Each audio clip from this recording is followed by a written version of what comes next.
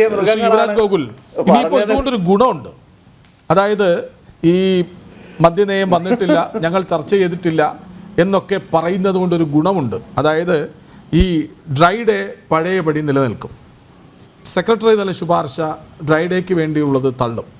ബാറുകളുടെ സമയം തൽക്കാലത്തേക്കെങ്കിലും ദീർഘിപ്പിക്കില്ല. ഈ പരിശോധന ഇടയ്ക്കിടെ പരിശോധിക്കുന്നു എന്നുള്ളതൊക്കെ അങ്ങ് കണ്ണിൽ പൊടിയിടാൻ വേണ്ടി മാത്രമാകും. അതായത് ഇപ്പോൾ പ്ലാൻ ചെയ്ത് വച്ചിരിക്കുന്ന മദ്യനയം പൊളിഞ്ഞ് പാളീഷാകും. അല്ലാതെ തലയൂരാൻ ഇടതിനോ സർക്കാരിനോ CPM-നോ ഒക്കെ ആവുമോ? അല്ല, അത് അവർ അങ്ങനെ അങ്ങ് തല ഊരുക എന്നുള്ളത് നടക്കില്ല എന്നുള്ളതാണ് എനിക്ക് ഇതിനകത്ത് പറയാനുള്ളത്. കാരണം ഇതിനകത്ത് വ്യക്തമായിട്ട് വാട്സാപ്പ് സന്ദേശങ്ങൾ വരും. അല്ല, ഇതിനകത്ത് വ്യക്തമായിട്ട് അന്വേഷണം നടക്കണം. ഇതിനകത്ത് ക്രൈംബ്രാഞ്ച് അന്വേഷിച്ചുകൊണ്ട് പിണറായി വിജയൻ്റെ കീഴിലുള്ള ഒരു സംവിധാനം അന്വേഷിക്കുന്നത് കൊണ്ട് മാത്രം ഇതിനകത്ത് ഒന്നും തന്നെ സംഭവിക്കാനില്ല. കാരണം ഇത് അന്വേഷിച്ചതിന് ശേഷം ഇത് അവരെന്തെങ്കിലുമൊക്കെ ആണെന്ന് പറഞ്ഞ് ഒഴിഞ്ഞു മാറി പോകാൻ തന്നെയാണ് സാധ്യത. അല്ലെങ്കിൽ ഈ അന്വേഷണത്തിൻ്റെ റിപ്പോർട്ട് ഒരു കാലത്തും പുറത്തു വരാനും പോകുന്നില്ല. ഇത് കൃത്യമായിട്ട് നിഷ്പക്ഷമായ ഒരു ഏജൻസി അന്വേഷിച്ചാൽ മാത്രമേ ഇതിൻ്റെ അകത്തുള്ള യാഥാർത്ഥ്യം പുറത്തു വരികയുള്ളൂ.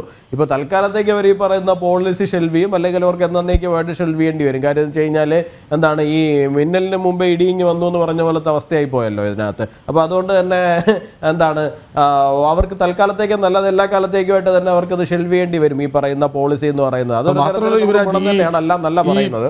ഈ വാട്സാപ്പ് സന്ദേശത്തിന് പിന്നാലെ വന്ന ഈ മലക്കം മറിച്ചിൽ വിശദീകരണത്തിൽ എന്നെ കോർണർ ചെയ്താണ് തുടക്കം മുതലേ സംസാരിച്ചത്.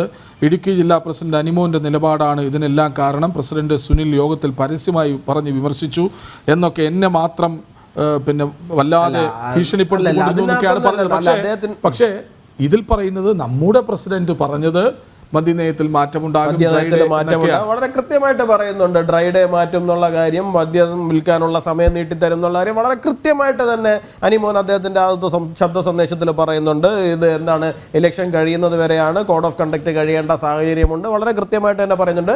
അതുകൊണ്ട് തന്നെ കൊടുക്കേണ്ടവർക്ക് കൊടുക്കണം. ആരാണ് കൊടുക്കേണ്ടവർ എന്നുള്ളതാണ്. അപ്പോൾ ആരാണ് ആ വാങ്ങാൻ പോകുന്ന ആൾക്കാർ, അത് വെളിയിൽ വരണമെന്നേ. ഇതിനോടൊക്കെ ഇത്തരത്തിലൊരു ചർച്ച ഇവിടെ നടന്നിട്ടുണ്ടെന്നുണ്ടെങ്കിൽ 25 കോടി രൂപയുടെ, അത് മാത്രമല്ല അതിനകത്ത് പറയുന്നുണ്ട് ഒരു റൗണ്ട് പിരിവ് നടന്നു എന്നും പറയുന്നുണ്ട്. ഒരു റൗണ്ട് പിരിവ് നടന്ന കാര്യം അവർ പറയുന്നുണ്ട്. അതായത് ആയി കഴിഞ്ഞിട്ടുണ്ട്. അതിനകത്ത് അഡ്വാൻസ് ചിലപ്പോൾ പോയിട്ടുണ്ടാവും, നമുക്കറിയില്ല. അഡ്വാൻസ് പോയിട്ടുണ്ടോ ഇല്ലയോ എന്നുള്ള കാര്യം നമുക്കറിയില്ല. എന്തായാലും ഒരു പിരിവ് തുടങ്ങിയിട്ടുണ്ട്. ആ പിരിവിൻ്റെ അഡ്വാൻസ് പോയിട്ടുണ്ടോ ഇല്ലയോ എന്നുള്ള കാര്യം നമുക്കറിയില്ല.